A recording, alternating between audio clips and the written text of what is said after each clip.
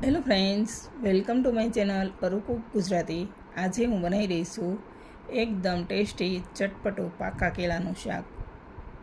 આ શાક ફટાફટ 2 જ મિનિટમાં ઝટપટ તૈયાર થઈ જાય છે અને ટેસ્ટમાં ખૂબ જ સારું લાગે છે. ખાવાની ખૂબ જ મજા આવે છે. તો ચાલો બનાવી લઈએ. પાકા કેળાનું શાક બનાવવા માટે મેં 2 એકદમ સરસ પાકેલા કેળા લીધા છે. હવે તેની છાલનો ભાગ કાઢી લઈએ અને કેળાના નાના પીસ કરી લઈએ. આ શાક ટેસ્ટમાં એકદમ સરસ ખાટું મીઠું લાગે છે, એટલે ખાવાની ખૂબ જ મજા આવે છે. મને આ શાક ખૂબ જ પસંદ છે. કોને મારી જેમ પાકા કેળાનું શાક ખૂબ જ પસંદ છે તે મને કમેન્ટમાં કહેજો. હવે મેં કેળાના પીસ કરી લીધા છે, તો પેન ગરમ કરવા મૂકી તેમાં 1 ચમચા જેટલું તેલ નાખીશું.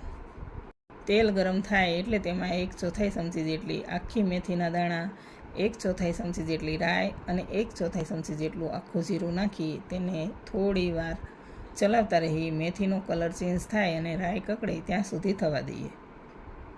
હવે તેમાં 1 સૂકું લાલ મરચું અને થોડા મીઠા લીમડાના પાન નાખી તેને પણ થોડી વાર ચલાવી લઈએ. હવે ચપટી હિંગ અને ચપટી હળદર નાખી તેને બરાબર મિક્સ કરીશું.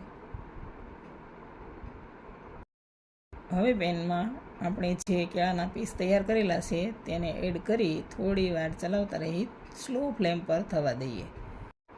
હવે સ્વાદ પ્રમાણે મીઠું, 1 ચમચી લાલ મરચું પાવડર અને અડધી ચમચી ધાણા જીરું પાવડર નાખી બરાબર મિક્સ કરી લઈએ.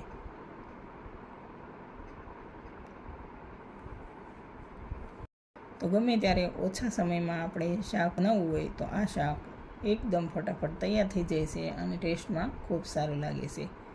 હવે બધું જ બરાબર મિક્સ થઈ ગયું છે, તો પેન નીચે ઉતારી લઈએ અને તેમાં લીલા ધાણા નાખી મિક્સ કરીશું.